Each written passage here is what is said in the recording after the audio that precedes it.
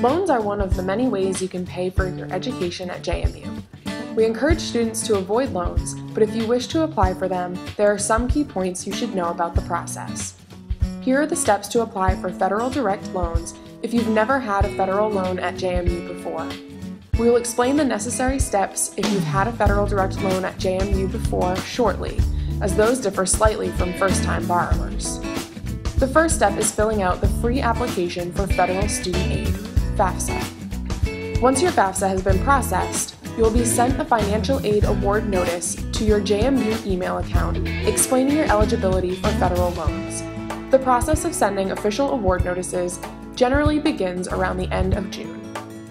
The two types of federal direct loans for students are called the subsidized direct loan and unsubsidized direct loan. The financial aid award notice will contain your maximum eligibility. This amount is dependent upon various factors, but it's important to note that JMU will offer you the maximum eligibility you can apply for with both of these loans. For a subsidized direct loan, it simply means that no interest is being charged to the student while he or she is in qualified periods of deferment.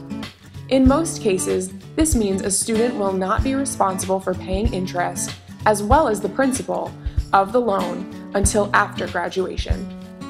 For an unsubsidized direct loan, the interest is accruing in the name of the student while he or she is in school. The student has two choices to make. The first is to make interest-only payments while in school, or have the interest added into the loan during school.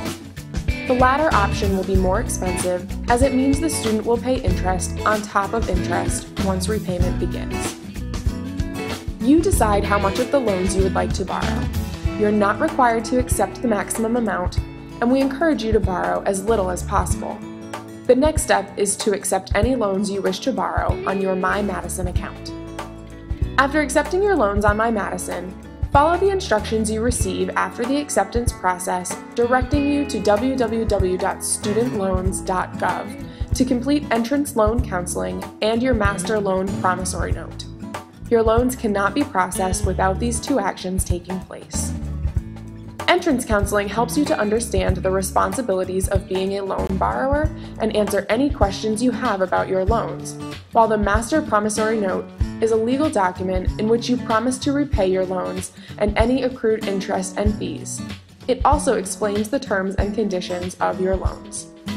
That's it! To recap, you accept the loans on MyMadison and then complete entrance counseling and your master loan promissory note at www.studentloans.gov.